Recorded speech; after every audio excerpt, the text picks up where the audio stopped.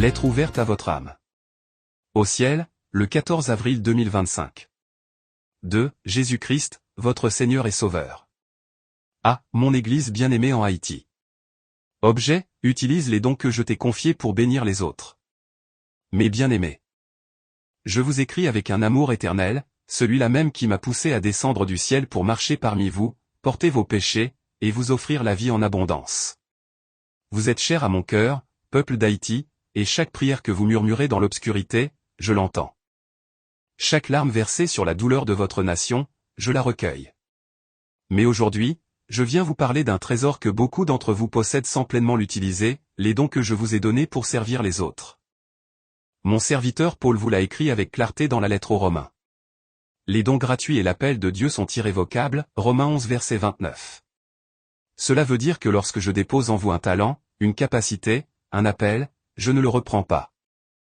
Il vous appartient. Pas pour votre gloire, mais pour édifier les autres, pour construire, pour consoler, pour éclairer.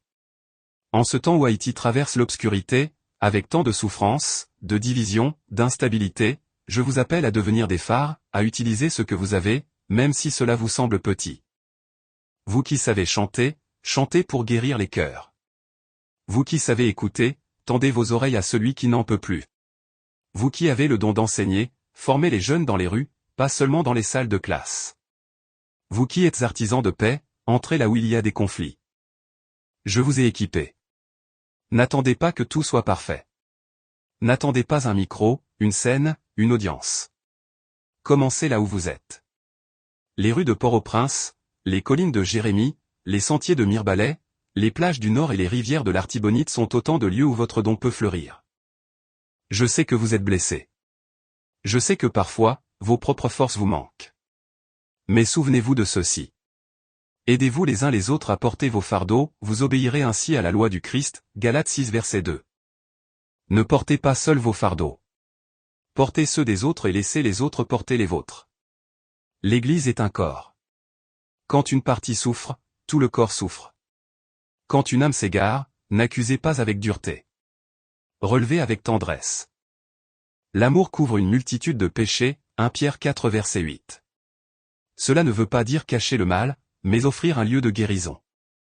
Je vous rappelle cette scène, j'ai guéri un aveugle avec de la boue et je lui ai demandé d'aller se laver à Siloé.